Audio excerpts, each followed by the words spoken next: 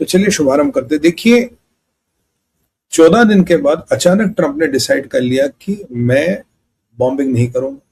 यही ट्रंप कह रहा था कि I will take Iran piece by piece. अचानक रुक गया। और जब ये रुका, इसके एक दिन पहले या 24 घंटे पहले ट्रंप ने कहा हाँ मैं नेतन्याहू से मिलूंगा। लिंडसी ग्रैहम का फ्यूनरल है, उसके लिए नेतन्याहू आ रहे, पर ट्रंप से क्या मीटिंग होनी है, कितने इंपॉर्टेंट चीजों पे बात होनी है, इस पे हमने कल बात की। और इस पे मैंने डिकोड में आपको बताया था क्या क्या चीज इसके एजेंडा पे है। अगर मैं ब्रॉडली आपको बताऊं, एक तो है कोई सीक्रेट चीज जो सीधा ट्रंप को नेतन्याहू कहेंगे। ममदानी एजेंडा पे है, रिजीम चेंज एजेंडा पे है, सऊदियों की न्यूक्लियर डील एजेंडा पे है, आपका $1.15 ट्रिलियन का न्यूक्लियर ऑपरेशन एजेंडा पे, पिक एक्स माउंटेन एजेंडा पे है, और by partisan support for Israel ये एजेंडा पे है। ये ब्रॉडली एजेंडा पे। तो दो चीजें हैं जो बड़ी अलग है, जो डिफरेंट है। पहली चीज है कि कौन सा ऐसा सीक्रेट है जो नेतन्याहू खुद ट्रंप को बताए, क्योंकि नेतन्याहू ने कहीं ना कहीं ये कहा कि कुछ ऐसा सीक्रेट है और मैं ये ट्रंप को खुद बताऊं। तो सर, अगर इसका अध्ययन करें तो काफी चीजें सामने आती है, पर मतलब इसका अनुमान लगाना बड़ा मुश्किल है। बट एक चीज मैं जरूर आपको कह सकता हूं कि अगर मैं चीजों की गहराई में जाऊं तो मुझे एक चीज जरूर दिखती है, वो ये है कि कैसे बताऊं आपको, ट्रंप की सुरक्षा पे और नेतन्याहू की सुरक्षा पे अभी ऑल टाइम हाई खतरा है। क्योंकि जो विरोधी पक्ष है वो ये जानता है कि अगर आपने ट्रंप और नेतन्याहू की जोड़ी तोड़ दी तो आप ये युद्ध जीत सकते हैं। राम बलराम की जोड़ी है, कृष्ण अर्जुन की जोड़ी है। याद कीजिए, जब वासुदेव कृष्ण के पास अर्जुन और दुर्योधन दोनों गए थे, तो कृष्ण का एक तो अकेला निहत्था में और एक तरफ मेरी नारायणी सेना, बताओ क्या चाहिए। दुर्योधन ने बोला जी मुझे नारायणी सेना दे दो। कृष्ण अर्जुन ने कहा आप मेरे साथ आइए, आप निहत्ते ही हो, आप मेरे साथ आइए। मामा शुकनी ने कहा था, कहता निहत्ता कृष्ण कहीं सारी सेनाओं पर अकेला भारी है।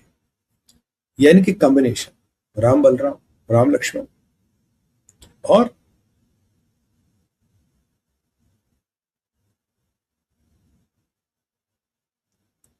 नेतन्याहू ट्रंप, ये कॉम्बिनेशन विरोधी पक्ष पे भारी और ये कॉम्बिनेशन विरोधी पक्ष जाता है। मेरा अनुमान है कि आप जानते हैं कि ट्रंप का काम तमाम करने का प्रयास इस्तांबुल के दौरान किया गया था। अब ये जग जाहिर बात है, अमेरिका इसको माने ना माने, और मेरा ये भी मानना है व्यक्तिगत रूप से कि तैयब अर्दोगन का उसमें कुछ लेना देना था। ठीक है जी, सही बात है।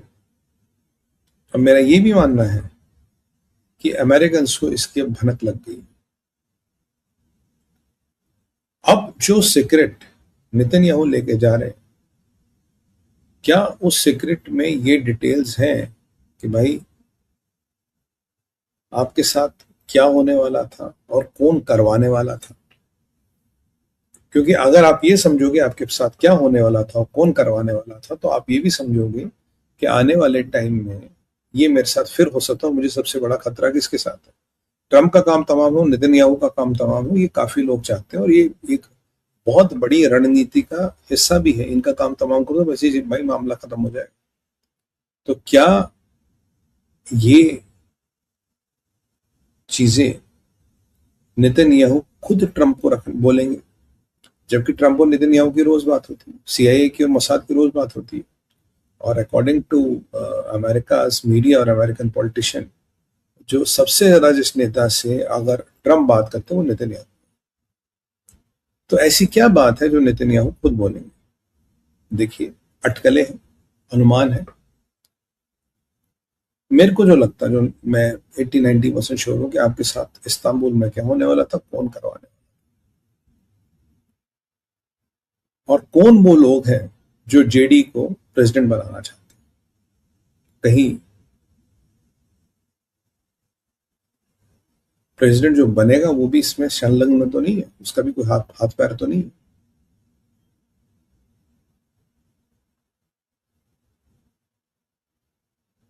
याद कीजिए, इजरायलियों का एक लाइन आई थी, अगर आज हम नहीं होते तो जेडी वेंस आज अमेरिका के प्रेसिडेंट होते।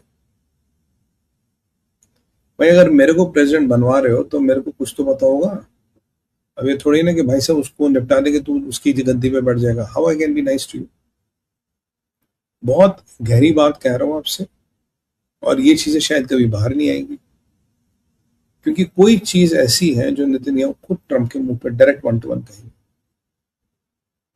और अब की बार पहली बार नेतन्याहू की जान पे भी बहुत बड़ा खतरा था। क्यों? पहले एक बात देखिए, ट्रंप नेतन्याहू से थोड़े नाराज थे, इनको अपॉइंटमेंट नहीं दे रहे थे मिलने का। तो नेतन्याहू ने एक बार कहा, यार अगर मैं लिंडसी ग्राहम मेरा दोस्त है भाई, मैं उसके फ्यूनरल पे जाऊंगा और ट्रंप से नहीं मिलूंगा, और वैसे ही I will just do a courtesy meeting, it's not good. जब तक वो मुझे अपॉइंटमेंट देता मुझे टाइम नहीं देता। कुछ ऐसा हुआ इस्तांबुल के बाद कि ट्रंप ने एकदम गेम पलट दिया, बॉम्बिंग की, ये कि नेतन्याहू को टाइम मिल गया। नेतन्याहू की जान पे भी भयंकर खतरा है, वो हमेशा होता है। इस ट्रिप के लिए कुछ खास खतरा है। पहले इसराइलियों ने ये अनाउंस नहीं किया कि नेतन्याहू कब जा रहे। फिर फाइनली जब अनाउंस किया उसके कुछ घंटों बाद नेतन्याहू गए। यूजुअली जिस एयरबेस से जाते उस एयरबेस से नहीं, आपके बाद बेनगोरियन से। तो नेतन्याहू के जाने का टाइम, डे, एयरपोर्ट, तीनों को कॉन्फिडेंशियल रखा गया। और जो टाइम था उसको 4-5 घंटे बाद नेतन्याहू, और नेतन्याहू अमेरिका पहुंच गए। पहली बार ये सिक्योरिटी प्रोटोकॉल का यूज किया गया। तो यानी कि कोई ना कोई खतरा जहाज को लेके था। ट्रंप के जहाज को लेके भी था, नेतन्याहू के जहाज को लेके भी था। और ऑब्वियस सी बात है, मोसाद शिन बेट को इसका आइडिया था, इसलिए उन्होंने नहीं बताया। क्योंकि जो भी अपोनेंट्स हैं, जो भी इसमें लोग इन्वॉल्व हैं, वो ट्रंप और नेतन्याहू के लिए सेम भावना रखते हैं, दोनों में से एक जाए। अब नेतन्याहू जब पहुंचेंगे तो वो ये राज खोलेंगे कि भाई ये कौन था, ये क्या था, ये क्या नहीं था। अब ये 3 दिन का so called holds fire, Trump कह रहा हूं, कह रहा 3 दिन का होल्ड्स फायर, यानी कि 3 दिन तक मैं आप पे अटैक नहीं करूंगा, बट आपका ब्लॉकेट जारी है, मैंने आपका शिप डुबा दिया, पर मैं 3 दिन तक आप पे एग्रेसिवली बॉम्बिंग नहीं करूंगा, ठीक है। बट अगर 3 दिन तक आपने मुझे डील करके नहीं दी तो बॉम्बिंग तो शुरू करूंगा, एक बहुत बड़ा अटैक भी कर सकता हूं। तो भाई 3 दिन के अंदर तो कौन सी डीलिंग होगी, क्या होगा क्या नहीं होगा, तो बहुत मुश्किल है। और 3 दिन बाद आपका अटैक हो, ये उससे भी ज्यादा मुश्किल है।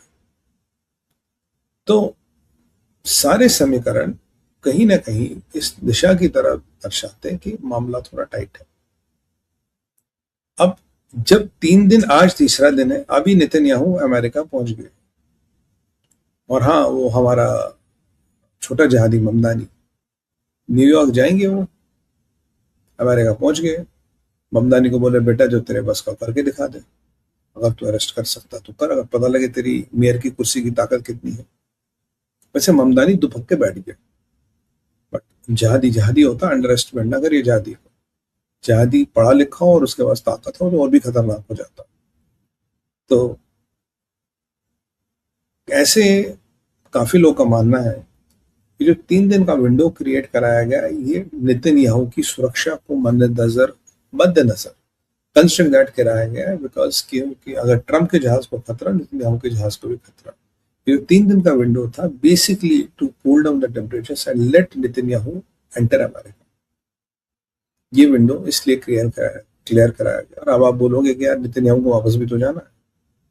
अब तब नेतन्याहू कौन सा प्लान लेके आए हैं और ट्रंप को कौन सा प्लान पेश करेंगे, उस पर डिपेंड करता है। हो सकता है नेतन्याहू जब तक इसराइल ना पहुंचे कोई एक्शन ना, उनके पहुंचने के बाद हो।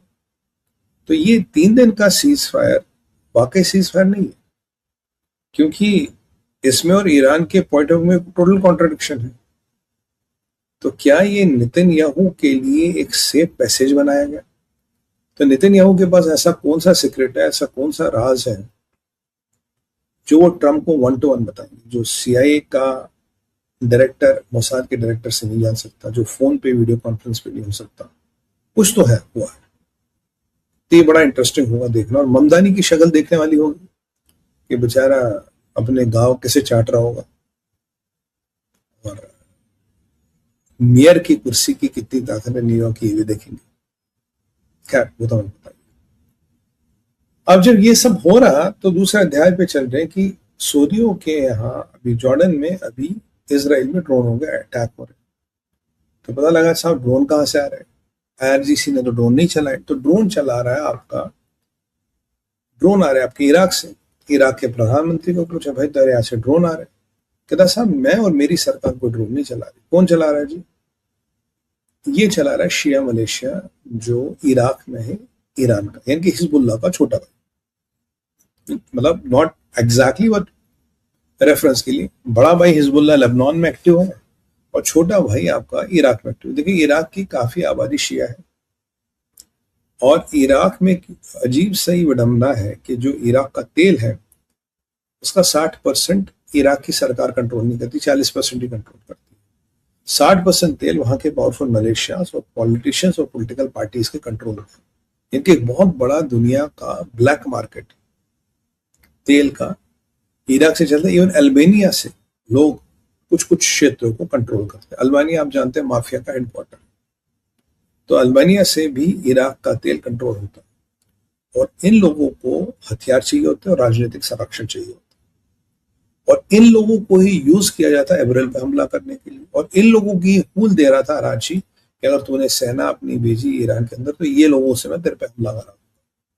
ये भी ईरान के प्रॉक्सीज है, जैसे हिजबुल्लाह बड़ा प्रॉक्सी है, ये छोटा हिजबुल्लाह मान लीजिए, नॉट एग्जैक्टली छोटा हिजबुल्लाह। अब इराक का प्रधानमंत्री कह रहा है यार जो मेरे क्षेत्र में है वहां से तो कोई ड्रोन वोन नहीं आ रहा, पर जो मेरे क्षेत्र के बाहर है वहां से आ सकता है। अब यही सवाल इजराइल कट्स को पूछा गया कि सर ऐसे ऐसे आ रहे हैं और इराक से ड्रोन आ रहे हैं और वहां का प्रधानमंत्री तो कह रहा है मेरे कंट्रोल में नहीं है, तो उनसे कैसे निपटेगा? उन्होंने कहा कोई बात नहीं, इजराइल को हर एक से निपटना आता है, नेतन्याहू को जरा आप ट्रंप से मिलने दीजिए, फिर हर एक से निपटा लिया जाए। तो यहाँ इजराइल कट्स कौन सा इशारा कर रहा है कि इजराइल को हर एक से निपटना था, ट्रंप को बस वहां नेतन्याहू से मिलने दो। और ट्रंप कौन और नेतन्याहू कौन सा राज ऐसा है कि जिसके लिए शायद 3 दिन का विंडो बनाएगा, 3 दिन का एयर पैसेज बनाएंगे, मतलब नॉट टेक्निकली प्रैक्टिकली कि 3 दिन का सीज फायर किया गया। और 3 दिन के सीज फायर में तो भाई कुछ होने की अपेक्षा भी नहीं है, बट सीज फायर हो गया और बातें चल रही है आगे। इस सीज फायर की एक और डायमेंशन भी जिसपे हम रात को डिकोड में बात करने वाले, रात को 9 बजे भारत विचार प्लस पे आइएगा। तो मान के चलिए कि अगर आईआरजीसी सक्रिय नहीं है, अगर ईरान सक्रिय नहीं है, तो शिया मलेशिया और ये मलेशिया को सक्रिय कर देता है। इनकी लड़ाई जारी है, कहानी रुकी नहीं है।